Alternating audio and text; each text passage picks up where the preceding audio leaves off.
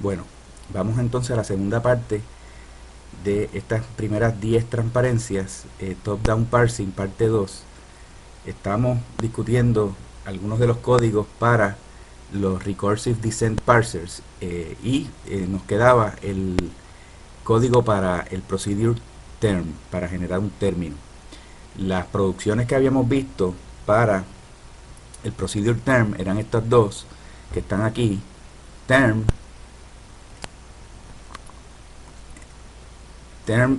deriva a term, operator seguido de factor o un factor. Aquí también tenemos la posibilidad de una recursión por la izquierda que queremos evitar y por lo tanto convertimos estas reglas gramaticales a su formato extended BNF, que es mediante esta forma: term deriva a factor seguido de 0 o más repeticiones de un símbolo de multiplicación seguido de factor. Y ahora es mucho más sencilla la redacción del código para el procedure term, que es este que está aquí. Comenzamos llamando al procedure factor, y mientras el token sea igual al símbolo de multiplicación, hacemos un match de ese token, que es el símbolo de multiplicación, y volvemos a entonces llamar al procedure factor para derivar el próximo factor que está en la expresión, porque si hay un símbolo de multiplicación, evidentemente es porque después hay un símbolo de factor. Y ese es el procedure term. Noten que en el caso de, ya lo habíamos visto antes, en el caso de Pascal, Tiny y otros lenguajes, esta comparación, token igual al símbolo de multiplicación, es para ver si son iguales, ¿verdad? Que esto, Pascal, por ejemplo, distingue la comparación de la asignación de valores utilizando igual para la comparación y dos puntitos igual para asignar valores, distinto a C, por ejemplo, que utiliza el igual igual para hacer la comparación. No es el caso de Pascal.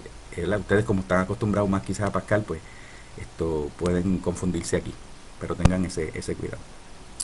Note que, tomando en consideración esta transparencia y la anterior que habíamos visto en la parte 1, estamos eliminando los símbolos no terminales add operator y multi operator porque están incorporados aquí ya en estas mismas procedures. Ya se han procesado los símbolos de multiplicación, sumas y restas.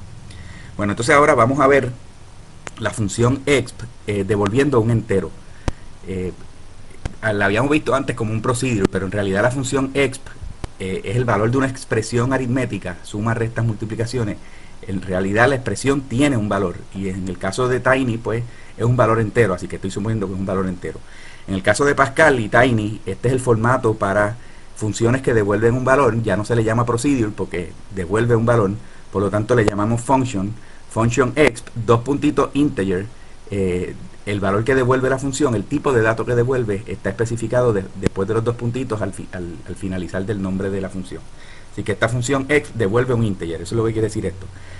La forma de declarar variables en Pascal, Tiny, etcétera, y otros lenguajes, Ada, por ejemplo, es utilizando la palabra var.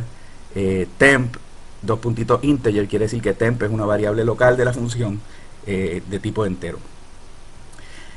Llamamos a term también nos va a devolver un entero, y ese procedure term nos devuelve un entero y se lo asignamos a la variable temporera temp, a la variable local temp. Entonces, mientras el token sea suma o el token sea resta, hacemos el match de la suma o de la resta, y entonces el valor de temp va a ser el valor que tenía antes, más llamamos a la función de term para que nos devuelva el valor del próximo término, el que está a la derecha de la suma, y nos haya calculado efectivamente la suma de los dos términos.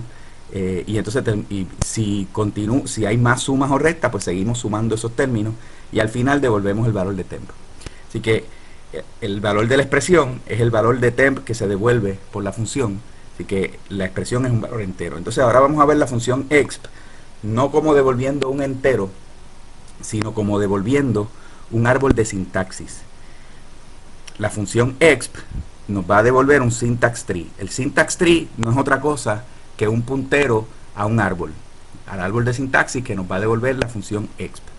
Entonces, por ejemplo, si yo tengo una expresión, vamos a decir 3 más 4 menos 8, digamos, tengo esa expresión aritmética, esta función lo que va a hacer es que me va a devolver un árbol a lo que corresponde con esa expresión aritmética. Entonces vamos a ver cómo es que lo hace. Declaramos dos variables temporeras perdón, digo yo temporera porque es temp, pero son variables locales, dos variables locales de tipo syntax tree que se llaman temp y new temp. Entonces temp coge el valor del primer término. Temp, fíjense que es de tipo syntax tree, así que básicamente term lo que tiene es un puntero. Temp lo que va a hacer es un puntero al 3, que es el nodo 3, que es lo que me va a devolver term. Term me devuelve el nodo 3 y entonces temp, o la dirección, vamos a decir, del nodo 3. Entonces, mientras el token sea suma o resta, que es este caso, porque el próximo token es una suma, entonces new temp va a ser la dirección del nodo suma. Así que básicamente lo que va a haber aquí es que new temp, esto parece una new temp, lo que va a tener es la suma, el operador suma convertido en un nodo. Entonces hacemos un match de la suma para adelantar en el input. Quiere decir que el próximo token va a tener el 4. Entonces llamamos a el valor de temp, se lo vamos a dar al left child de new temp.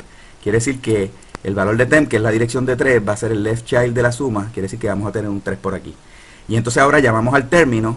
Term, eso es una función que nos va a devolver la dirección del 4. Y eso se lo asignamos al right child. Quiere decir que ese 4 va a estar, por lo tanto, a la derecha de new temp, que tiene la dirección de las. Este es el símbolo de suma.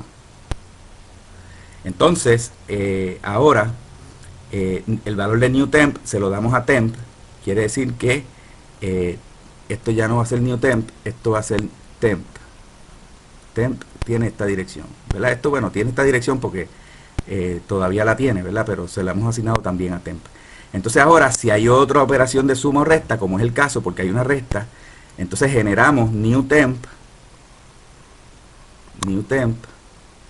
va a coger la dirección de ese símbolo de resta, perdón. Estoy aquí escribiendo lo que no es.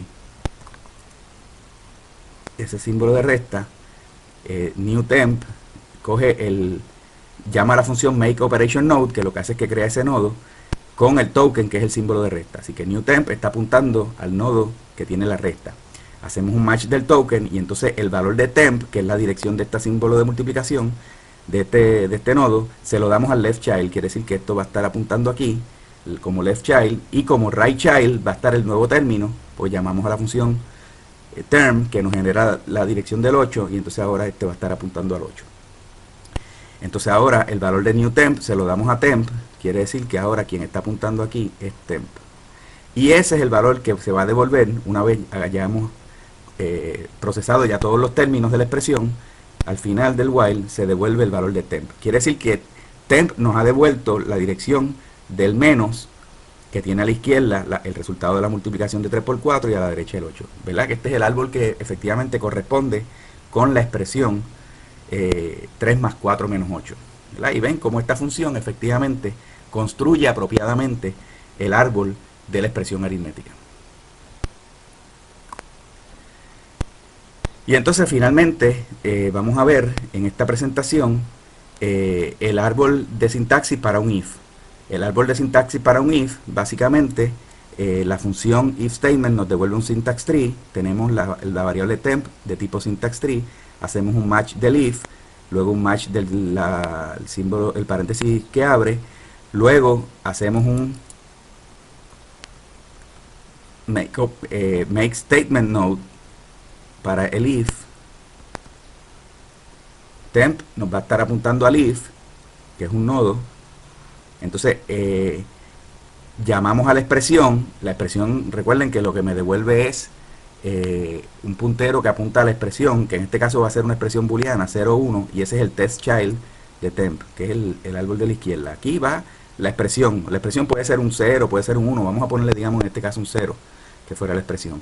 Entonces luego hacemos un match del paréntesis que cierra, luego hacemos el then child, es el segundo hijo, va a ser el statement que aparezca en el input, ¿verdad? Porque esto es if expression statement, así que ese statement corresponde con una función que devuelve un syntax tree, y esa dirección que me devuelve va a ser el statement, que es el then statement, y luego entonces decidimos si hay un else, pues entonces hacemos el match y entonces colocamos aquí el statement que corresponde con el else, y si no, pues entonces esta parte no existe.